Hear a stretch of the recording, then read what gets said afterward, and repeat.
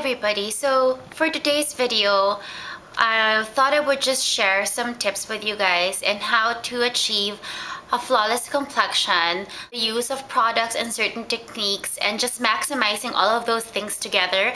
Been requested quite a bit, and I have noticed that most of my comments in my videos have something to do with my complexion, or people asking me what I use, or why is my skin so flawless. Wish it was really as flawless as it does seem to be, but I do occasionally get, like everybody else, occasional blemish.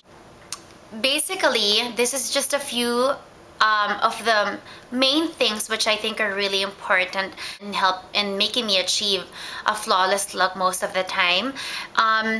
To be quite honest, if I did thoroughly go through every single thing, it would be way too long. In a time frame of 10 minutes, what I've done is just really actually written it down quite a bit and just revised it quite a bit so that I can give you guys a comprehensive short list, and hopefully it will be helpful in this aspect. So if you guys are interested, do stick around. Start with a very clean face before you even think of applying any makeup product on your skin. Make sure you thoroughly have cleansed it, have toned it, and have moisturized for the day. I know you've probably heard that quite a bit, but I don't think it could be emphasized enough. Number one way to protect your skin is by using sunscreen or some product which has a certain level of SPF 15 being the safest, of course. I have to admit myself that it's only been the past 5 months that I have religiously been using sunscreen. How important sunscreen is, if it's the only thing you wear during the day, then make sure that's the only thing you wear. Wrinkles and freckles are, they'll forever be there, and it's going to be a permanent and constant reminder of how you slacked in taking care of your skin. And on top of that, there are no creams or magic pills that you can take to actually relieve wrinkles and freckles. That's just the way it is, and once you have them, you just have to deal with them. So I think instead of spending so much more on all the products, wrinkle creams, and more cosmetics to cover things up, I think it's better to be preventive instead. Sunscreen is really very important before you proceed with anything else.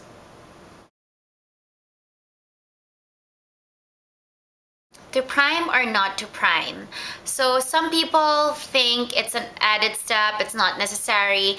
I kind of agree. You don't really have to. It depends on the consistency or texture of your sunscreen. If you apply sunscreen properly, the way that I apply my sunscreen, usually it's enough. The finish of my skin, or the texture of my skin, is actually good enough and ready for foundation. But I'm not so sure if that applies for all sunscreens because I only use one sunscreen. But I think it is an optional step. It really is. If your moisturizer or your sunscreen leaves your skin with a certain texture and consistency, I think it's good enough to proceed with foundation. But I honestly have to say that I personally still use a primer, just a small amount though, not that much, and usually I just warm it on my fingers and pat it on certain areas of my skin, because I really find that using something that's silicone based, or at least of the like, really does make the foundation just smooth on the skin so much better. So it's optional, but I do see the benefits of using a primer in terms of having the foundation perform better.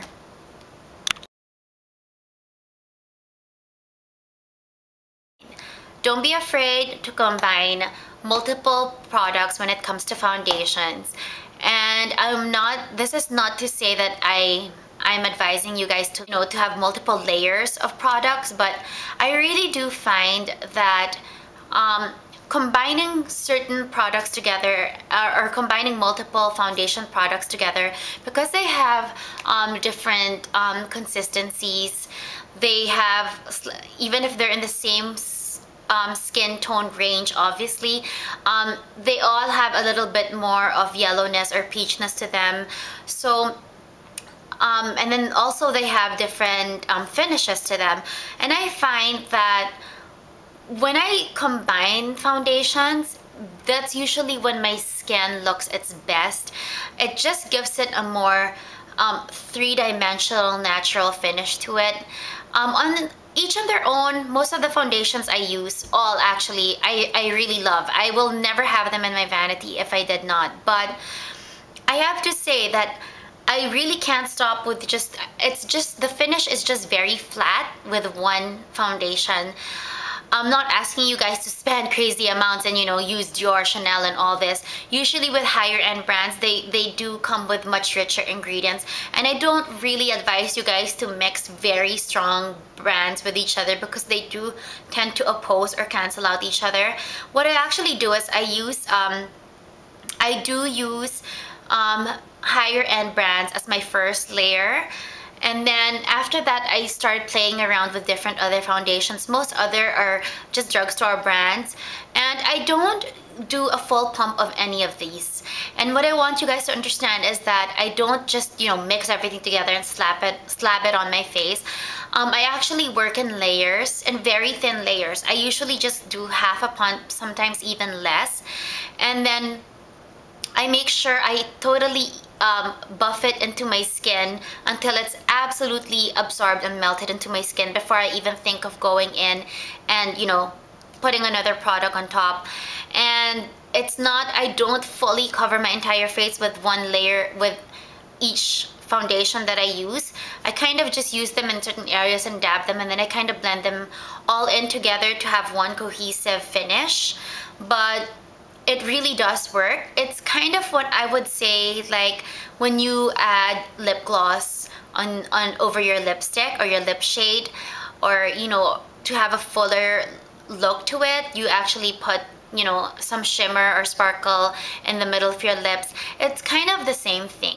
The best finishes I've ever achieved and have always gotten complimented for, they were always combinations of different things.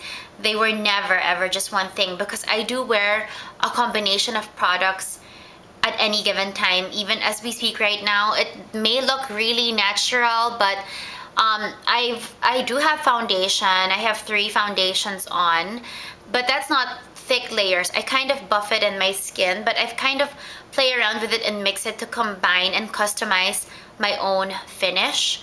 So don't be afraid to customize your own finish and to combine products,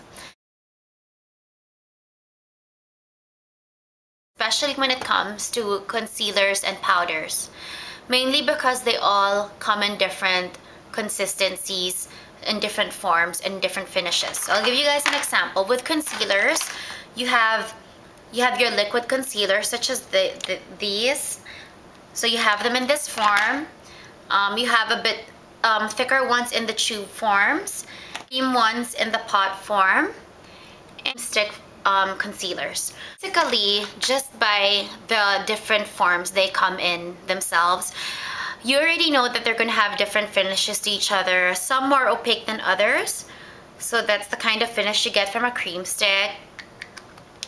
And this is the kind of finish you'd get from a liquid concealer. There you go. And they all perform differently because of that. And the way that you blend them out is also, you know, varies as well. So I find that there is no one, like when I use concealer, I use specific ones that I know would be best for under eye area, and then there are those that I categorize as better for concealing blemishes. And that all depends on the opaqueness that they have and the texture that they have, would really allow you to manipulate the product to work best for what you want it to do.